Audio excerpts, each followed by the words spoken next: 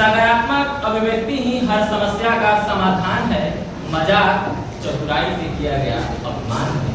मजाक चतुराई से किया गया अपमान है। निर्णायक महोदय एवं मेरे प्रिय साथियों, आज मैं अपना विचार मजाक चतुराई से किया गया अपमान है पर लेकर प्रस्तुत हूँ। सर्वप्रथम हमें समझना आवश्यक है कि मजाक क्या है और इसका अर्थ क्या है और इसकी प्रभाव और प्रभावशीलता क्या है। हमेशा नकारात्मक अर्थ में नहीं होता है। जब हम मजाक की बात करते हैं तो यह हास्य व्यंग्य से होता हुआ हमारे सुधारात्मक प्रभाव तक भी जाता है।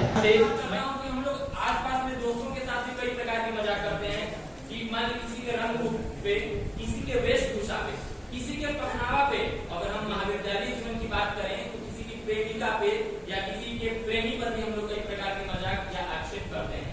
लेकिन हमें समझना आवश्यक है कि यह मजाक जो है या तो नकारात्मक दिशा में है या सकारात्मक दिशा में, कि हर मजाक का अपना एक मूल्य है। हर मजाक का अपना एक मूल्य है। अगर सही बात सही जगह कही जाए तो यही मजाक का अमूल्य है, यही मजाक का वास्तविक अमूल्य है।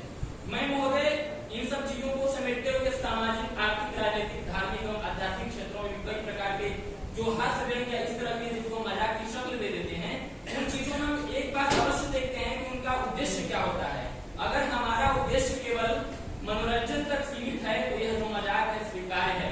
लेकिन इस मजाक से अगर किसी की भावना को आहत करने का प्रयास किया जाए, महोदय जब यहाँ पे हम भावना की आहत करने की प्रयास किया जाए तो आजकल भावनाएं भी बहुत जल्दी आहत होती है।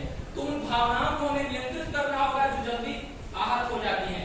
हमारे संविधान में इस प्रकार के कई चीजों का प्रावधान है जिसमें हम अभिव्यक्ति के साथ उसकी अनुभूति को परखने का प्रयास करें, अपने अधिकारों के साथ साथ कर्तव्यों को भी जानने का प्रयास करें।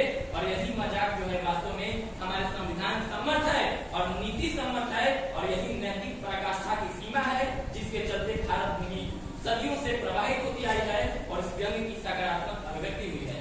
महोदय मैं बात करता हूँ कि मैं युगों युगों से तर्क और विवाद का, मैं युगों से तर्क और विवाद का पर्याय भारत भूमि की वह सनातन संस्कृति हूँ जिसमें तमाम व्यंग्यों को समेटे हुए इस प्रकार की अभिव्यंजना की गई है कि मजाक